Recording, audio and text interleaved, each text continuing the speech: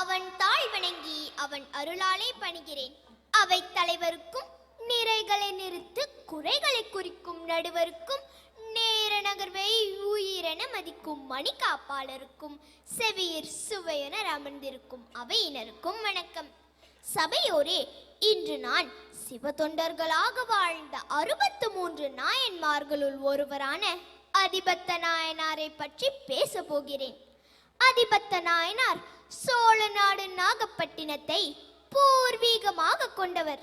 நாகப்பட்டின கடற்கரைக்கு அருகில் நுழைப்பாடி என்ற கிராமம் அவரின் அவதார தலமாகும். இவர் எந்த விதமான படிப்பும் படித்தவர் இல்லை.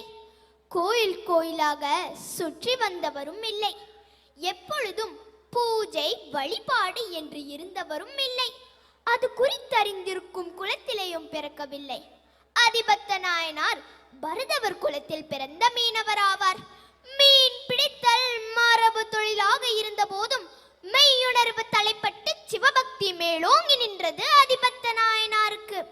ஆகவே தாம் மீன் பிடிக்கையில் தம் வலையில் சிக்கும் மீன்களில் சிறந்த முதல் மீனை சிவபெருமானுக்கு நியந்து கடலில் மீள விடுவதை எண்ணமாக கொண்டார்.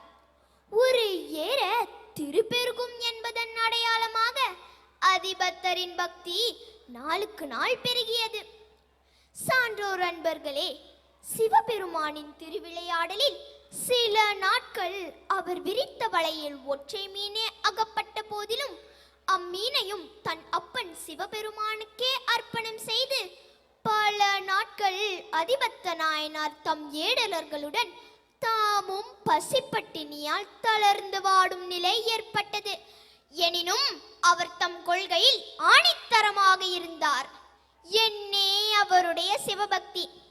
மெய்யன்பர்களே, பக்தனின் அதீத பக்தியை சோதிக்க அதிபத்தரின் வலையில் விலை மதிப்பற்ற தங்கமீன் ஒன்றை சிக்க வைத்து வேடிக்கை பார்த்தார் எம்பெருமான். அவருடன் மீன் பிடிக்க வந்த ஏடலர்களின் சுயநல வார்த்தைகளுக்கு சற்றும் செவி சாய்க்காமல் சிவபெருமானுக்கு அளிக்க தங்க மீன் கிடைத்ததே என்று உச்சி குளிர்ந்து எந்தவித தயக்கமும் இன்றி தக தகவென மின்னிய மீனை சிவபெருமானுக்காக கடலிலேயே விட்டுவிட்டார். அரிது அரிது மானிடராய் பிறத்தல் அரிது என்கிறார் ஔவையார். அரிதான மனித பிறப்பிற்கு இறை பக்தியே மூலாதாரம். ஈசனின் அருளை பெற்று உய்ப்பதே மானிட பிறப்பின் உன்னத நிலையாகும். எனவே தான் அவருடைய உயர்ந்த தூய பக்தியை மெச்சிய சிவபெருமான் பார்வதி சமேதராக காட்சியருளி செய்யும் தொண்டிலிருந்து சிறிதும் பிறளாது வாழ்ந்த அதிபக்தருக்கு முக்தி கொடுத்தார். சபையோரே, அதிபத்த நாயனாரின் திருபக்தியை போற்றி இன்றும் தங்கமீன் அர்ப்பணிக்கும் விழாவாக நாகப்பட்டினத்தில் காயா ரோகணேஸ்வரர் கோயிலில் நீலாயதாட்சி அம்மனுடன் ஆண்டுதோறும் ஆவணி மாதத்தில் கொண்டாடப்படுகிறது.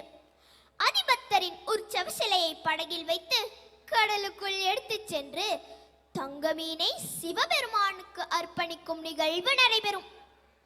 விரி திரி சூழ்கடல் நாகை அதிபத்தருக்கு அடியேன் எனும் அடிகள் சுந்தரமூர்த்தி நாயனாரால் திரு தொண்ட தொகையில் அதிபத்தரின் சிறப்பினை போற்றி பாடப்பட்டது.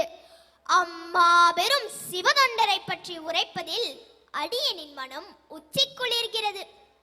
பற்றும் பற்றுக்கள் யாவனுக்கும் தலைப்பற்றாக பொருட்பற்றையே பற்றும் பாங்குள்ள இவ்வுலகில் அதனை துச்சமாக மதித்து துடைத்தெறிந்தார் என அதிபத்த நாயனார் மகிமையை போற்றும் வண்ணம் குரட்பாவும் வையத்துள் வாழ்வாங்கு வாழ்பவன் வானுரையும் தெய்வத்துள் வைக்கப்படும் என்ற வள்ளுவனாரின் வாக்கும் அதிபத்தர் இறைவன் பால் வைத்திருக்கும் அன்பை பறைசாற்றுகின்றது.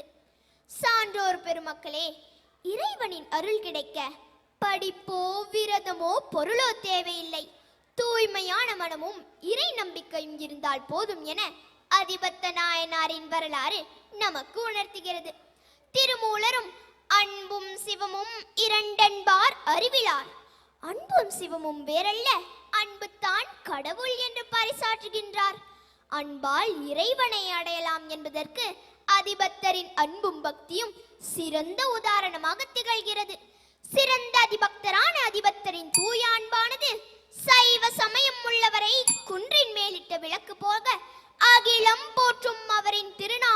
புகழும் நிலை பெற்றிருக்கும்.